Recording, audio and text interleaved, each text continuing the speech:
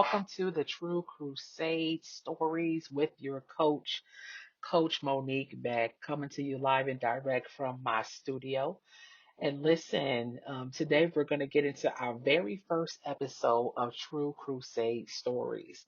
Now, if you're anything like me, you like a good definition, right? And so let's go into the definition of a crusade so we can kind of get started. And I'm going to share a little bit of my background as well. And so, according to the information that I found on a crusade, there are several definitions. And so, the first one that I found according to Merriam-Webster, a crusade is any of the military expeditions undertaken by Christian powers in the 11th, 12th, and 13th centuries to win the Holy Land from Muslims. Okay, so that's the first definition I was able to find. The second one is a remedial enterprise undertaken with zeal and enthusiasm. Uh, so there's another definition. This is a verb to engage in a crusade. Now, these are not necessarily the definitions that I was hoping to have found, but let's just talk about some amazing crusades that we know of that exist today. So let's think about when it comes to money, right? Let's talk about GoFundMe. And so we know that there are so many families that unfortunately have had to make that decision to do a GoFundMe for their families when their loved one passed away. I know some, and I trust that you know some as well. And every single time we see those GoFundMes, if we can be honest, are we asking ourselves what happened? Are we asking ourselves, man, did they have insurance? Are we asking ourselves, man, I thought that they were spending money on other things, right? And so sometimes we can be in the place of becoming very judgmental if we're honest. But at the end of the day, they needed to do that, right? And so that's one of the crusades that I would say I'm passionate about. Is simply ending the need for those GoFundMe's because we understand and know that there is a better way, that there are different options that exist that will allow us to put things and safeguards in place to ensure that our family is taken care of in the event that we die too soon, right? Well, in addition to that, there's another crusade that I'm passionate about personally is women in business. All right. And so, man, did you know that there are so many women entrepreneurs? And as a matter of fact, during COVID, there was a major exponential growth of women in business, okay, starting small businesses, Black women doing things for the first time. It was absolutely phenomenal. But here it is. How is it that women are still paid significantly less than men doing the same exact work in certain industries? And so I don't know about you, but I am one of those women, right, who actually went to school, got the good education, got the good paying job, and it didn't equal my dream life. Can anybody agree, right? Is anybody out there with me? And so we understand that um, there are some opportunities that exist that would help women to get to that next level. But we have to be exposed to those opportunities. And so, women in business is wonderful, but women can't even get all the funding, unfortunately, that their male counterparts can get when it comes to even business funding. And so, I had the opportunity to attend a small, how can I say this? This was a movie event at a major college here in town, and it talked about women in business. And I believe the name of the movie was called Show Her the Money. Okay. And There were women from all different backgrounds that were trying to get money from venture capitalists, from angel investors, from, you name it. They were trying to get those funds for their business, and they were finding more success when they went to other women who were the angel investors, who were the venture capitalists. That is how they were able to many of them get that funding. But the reality is that most women don't get the funding just because of who they were created when they were born. And so that is an injustice that is taking place in our communities, right? And we see it every single day. And so not only, as women were we in a place where we were not permitted to vote, right, and even be considered equal, but to still be in a place where we are oppressed, right, where we have to compete, where we are faced with that glass ceiling, right, where we, although we get all the education, it doesn't come with the equal pay. That's a crusade. That is a crusade. And on our crusade podcast today, we're just going to be talking about um, one crusade that is really near and dear to my heart, which is my own personal story. Okay. So I can be transparent with my own stuff because it's me, right? But for the sake of our podcast, for future episodes, we won't be airing out anybody's dirty laundry. Okay. So you'll be hearing about some examples. You'll be hearing about some things that are near and dear to my heart when it comes to crusade and what that looks like. And I'm really hoping that while we're on here, that I'm able to find a much better example of a crusade, and not just an example, but a better definition, because I am not satisfied with what I've been able to find thus far. But I'm going to keep looking and scrolling, okay? And so, a little bit about myself. And so, I was raised on the East Coast, in New Jersey, and I was born in a two-parent, family, raised in the church, you name it. And my parents worked very hard, for a living. My father, um, retired military person. He worked for many years and retired from that job. But I can only remember my father having one job all my life. And from what I remember, he worked at the same place until he retired. And today I'm 40 plus years, okay? Yes, 40 plus. And my mother, as far as I can remember, when I was growing up, she worked for, I would say, a financial firm, okay? Always went to work with a suit jacket and a skirt, always sharp, right? Nicely dressed. And she worked in that field for many years.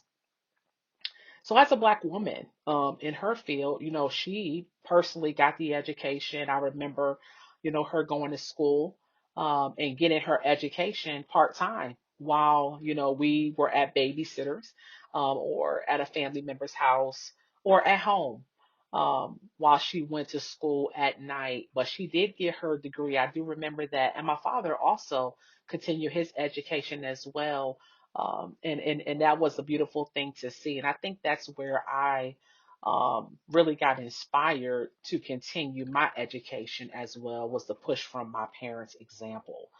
And so anyway, both hardworking, and all they knew was to work. They worked hard. They paid their bills. I can't remember a time where we were ever in the dark. So some may think that I can't relate to the story of, you know, being poor or not having enough, but hang out with me, okay? This is my childhood.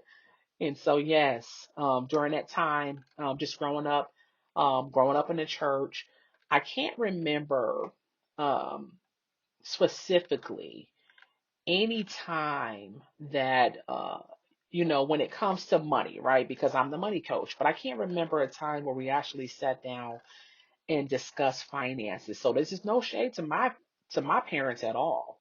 But I'm talking about at the church even, right? I can't recall a time where we ever talked about money outside of tithe and offerings. Now listen to me before you come from my head.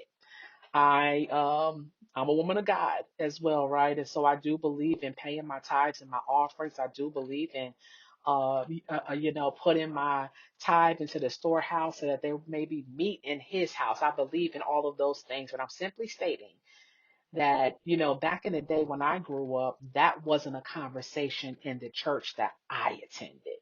Okay.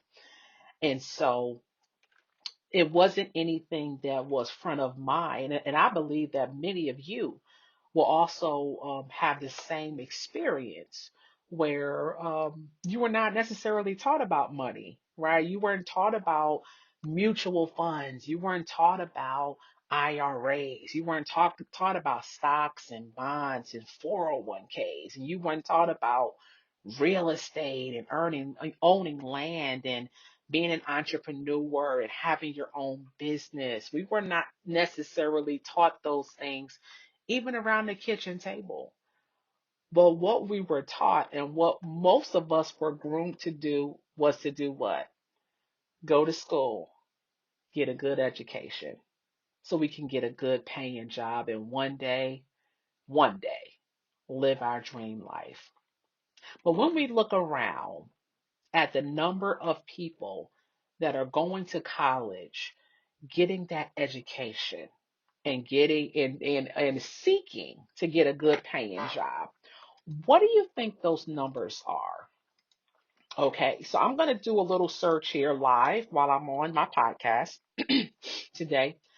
I want to see the number of college graduates in 2024. So if you hear me typing, yes, I am typing live. 2024 college graduates. How many? And so let's just see. So the first thing that comes up is an article, Struggle to Find Jobs. It's on Forbes. Mm, mm, Okay, let's just take a look at this article. So there's an article on Forbes, and it says, and it's posted back from 2024, and it's talking about how college grads struggle to find jobs, a boon for schools. Okay, I'm going to read a little bit of this article. And so, according to Goldman Sachs analysis of federal data, the college graduating class of 2024 is having a tough time finding attractive jobs. That seems counterintuitive given that the national labor market is extremely tight with unemployment around 4%. But that economic indicator masks a lot of variation, and the post COVID-19 job market has been much stronger for lower skill, lower wage workers than for new college grads. So just imagine going to school for 4 years, right? And nothing against education, because listen, a little bit about me. Went to school, dropped out of high school, went back, got my high school diploma, went back again, got some certifications in a small business school, went back again, got an associate's degree in PC networking, went again, got a land technology certificate, went again, right? Started a degree, didn't complete it, went again, got an associate's degree in theology, went again, got a bachelor's degree in organizational management, went again, got an MBA business, right? 20 years of education. And the hope is that everything that your academic advisor and your admissions representative told you about all the jobs that would be begging to hire you after you graduated, just to find out that, based on where we are today, um, the the main jobs that are available are for lower skilled, lower wage workers. Hmm. And so I won't put too much on that, right? But that's for you to decide, is it a good thing or is it a great thing? Okay, let's keep going. So let's continue with this article. This is partly because some major employers, especially in the tech sector, which staffed up big time during the pandemic probably overdid it and now have to tighten their belts and shrink their payrolls. Do you guys know? So we're talking about crusades, right? Do you guys know that employees are the number one expense that any employer has? It's not the lights, right? It's not the gas bill. It's not the rent. It's the employees because employees come with benefits, life insurance, health insurance, dental insurance. Don't forget the vision insurance and the disability and the short-term disability and all those things, right? That go into having, bringing on and onboarding an employee and training, right? And all the other things and vacation days and sick days and all the things that they want to have in order to make them more attractive for someone to join them in business, it's very expensive. And so when it's time to make cuts, guess what happens? They're cutting from the employees. And that doesn't always start at the lower level or the entry level employees. Sometimes it starts right in the middle with middle management. And if we can get middle management out the way, right, we'll have upper management, if you will, oversee and take on more responsibilities for the same pay, eliminating the need for the middle managers. And so for all those people that went to school, right, and got that MBA just like me, who were expecting to come out from their graduating class with that high paying six-figure job, it didn't happen for most of us, did it? Okay. And so men lie, women lie, but the numbers don't lie. They actually tell a story. Okay. They actually tell a story. And so let's continue on. So it says, meanwhile, the anticipation of an AI driven revolution in staff productivity has some other employers thinking that maybe they can do without so many junior associates. There it is. Then there's the age old concern that recent grads aren't worth hiring, now exasperated by pandemic induced skill gaps. Look at that. So, if history is a guide, despite whatever kinks we see in the hiring system right now, newly minted college graduates will turn out to do just fine, given that their skills continue to bring a significant wage premium. But in the short term, at least, the fact that tens of thousands of talented young people are struggling to find lucrative first jobs is great news for employers that need talent, have flexible job requirements, and pay decent wages for new graduates. And so, of course, this is a good issue for the employers because they have their pick of the litter. So they can dangle that carrot in front of a new graduate and honestly pay them, as the article stated, decent wages, which are not great wages. And we understand that good is the enemy of great. So they're paying decent, not even good wages. Okay. And they would accept that. Why?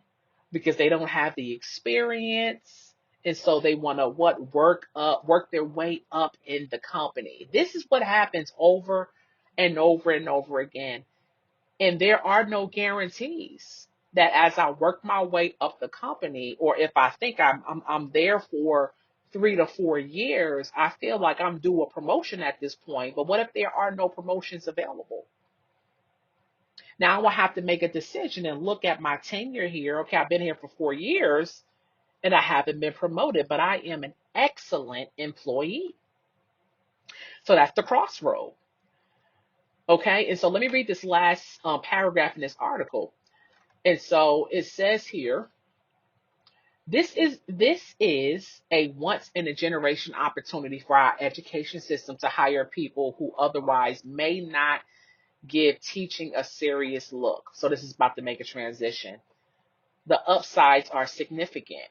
Research by Harvard's Martin West found that teachers hired during recessions, when schools have greater access to talented people, see, they have access to talented people because everybody's looking and people are what desperate for jobs. So it says tend to outperform their peers in terms of boosting student learning. But schools can only seize the day if they are willing to do things differently. Now that article took a turn. I'm not sure how we ended up there. Okay, did I skip something? Let's see. I don't think I did. That's how it that's how it ended. Okay. That was awesome. All right. And so we're in a place and a time. So there's more information down here on the article. It kind of talks about and it breaks out into teaching careers are more lucrative than you might think. Which is an awesome segue for me to talk a little bit more about what I do.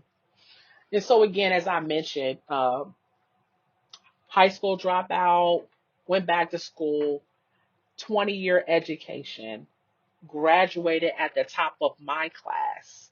Okay.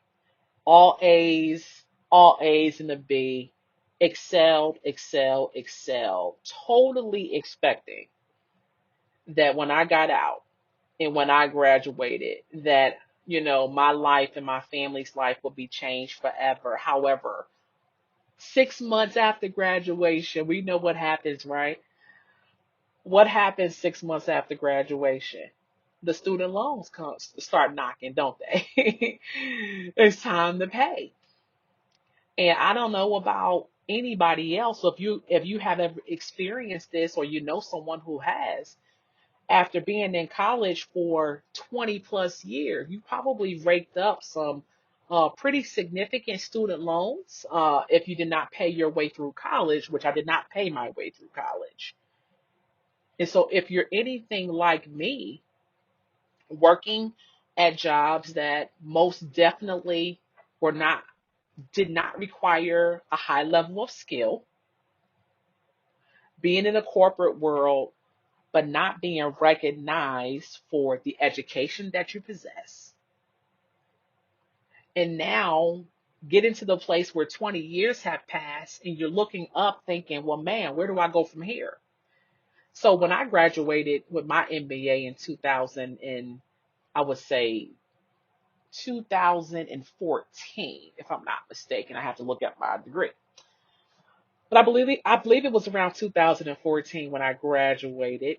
I was totally expecting to get whatever job I wanted. I was very naive to the fact that I didn't have the experience. So what I thought is that my education and my great grades and all these things that I've done over the years, the fact that I owned a business, that was going to somehow give me the upper hand. But what I found out, you guys, is that that wasn't the case. And so here I am, a Black woman, after all these years of making the sacrifices of working full time, going to school full time, having a family full time, being in ministry, to find out that they said I was overqualified, underqualified, didn't have the experience, and in so many words, the right color. Mm, listen, there's nothing like being told no before you're even given a chance to speak while you're in an interview. Catch that dirt, right? And so, to say the least, that was a devastating time for me personally. And so I had to go through a series of questions and answers with God. And I needed to dig a little bit deeper into what I actually wanted to do and who I was as a person. And I believe that many women, not just Black women, but women in general, we get that education and we go through that process and we're expecting something that's not waiting for us. And so now we're at the point where we're at a crossroads. Do I go get the doctorate degree? right? Because we're sold that dream from kindergarten all the way through high school. What college are you going to? When you graduate, where are you going to go to school? When you grow up, what do you want to be? See, we're asked all those things, but the questions in the way that they expect us to answer those questions, I want to be an astronaut. I want to be a teacher. I want to be a doctor. I want to be a lawyer. I want to be et cetera, et cetera, et cetera, which are all, for lack of better words, employees. Never once did anybody ask me, man, do you want to be a business owner? What about owning some land? Do you want to own some real estate? What about being an investor? See, nobody ever talked to me about those type of things because we weren't taught those type of things. And I would venture to say my parents were more than likely not taught those type of things.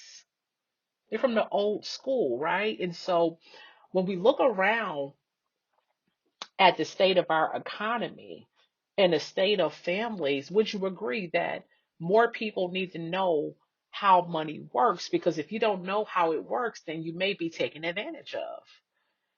And so here I was, this young woman going to college, getting, all the education because my advisors when I first started college at a school that has now closed, when I first went to college, they told me, yeah, this is a booming field. You'll most definitely be able to get a job. All you have to do is et cetera, et cetera, et cetera. And so I did et cetera, et cetera, et cetera. And there was no job waiting. How many people do you think are going to go through that same cycle of trying to figure things out? And so after 20 years of education, I found myself in a hole, in a deep pit, trying to figure out purpose, trying to figure out my place in this world. And so many of us are may find ourselves in that same place. Maybe you're in school now, or maybe you're about to start that journey. I want you to think about the end, right? Put the end in mind first. Think about the ending first. What do you envision for yourself? So my challenge to you is don't just look at education simply as education, simply as, I'm going to get this degree and now I'm going to feel that sense of accomplishment. Man, you can. That would be absolutely wonderful and amazing. But what else? Right? Ask yourself, what else? Because if your ultimate goal is to monetize that, you need to do your research yourself and see what that looks like for you on the other side. And so listen, that's my time for today. This was the first episode is coming with this kinks, is coming with this sounds. You probably hear some sounds in the background, but we're gonna get this thing together. But I'm so excited about 2025, you guys. And listen, 2025 is the year of elevation for me. Okay. This is the year to go higher. This is the year where gifts will no longer be kept at bay. Are you with me? This is the year where we will utilize all of our gifts and all of our talents for the glory of God. And that's what I am focused on for 2025. What are you focused on for 2025? Join me next week at 1 o'clock p.m. here back at the podcast. We're going to continue this conversation and we're going to share another example. If for the sake of time, if we have the time, we're going to share another example of a family that we were able to help. Well, why not expose our own hand, right? And share a little bit about what we've been able to accomplish here with ourselves.